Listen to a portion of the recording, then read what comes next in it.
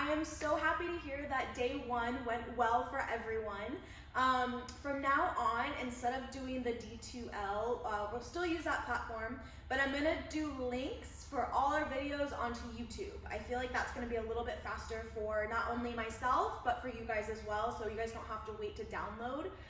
Thank you everyone for your feedback. I'm so happy you guys were able to view everything and you guys got to see the basic punches if this is your first time, and then also refresh or go over the 1 through 9 series.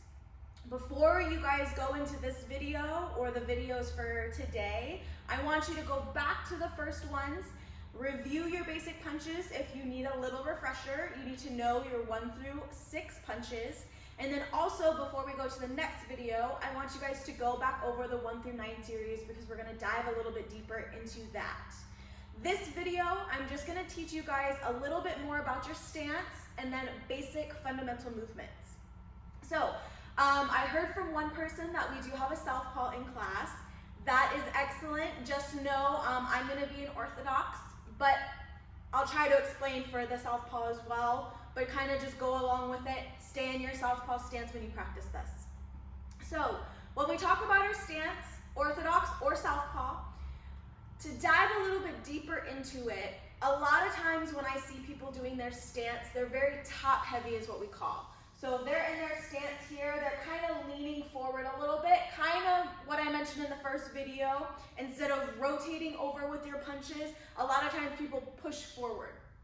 When actuality, you want most of your weight to be in your back leg, your rear leg. If we look at it with numbers, you want 60% of your weight in your back leg and 40% in the front. So I'm really light on my front foot and all my weight is driving for the back.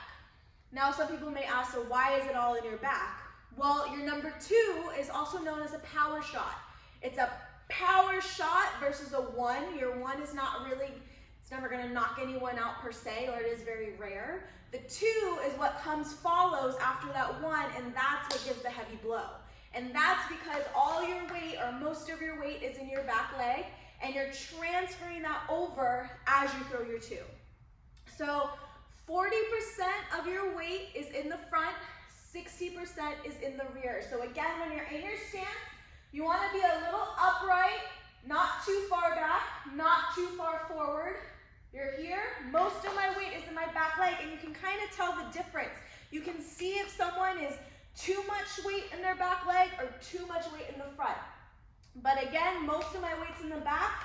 I'm very easy on my lead leg, and that's because when I move, which we're gonna go over in a second, I'm gonna be pushing off of my back leg, and this front leg has to be nice and light so I can move around. So if I'm here and I'm moving around, my front leg is super light, and most of my weight I'm pushing off of that back leg. So 40% in the front, 60% in the back.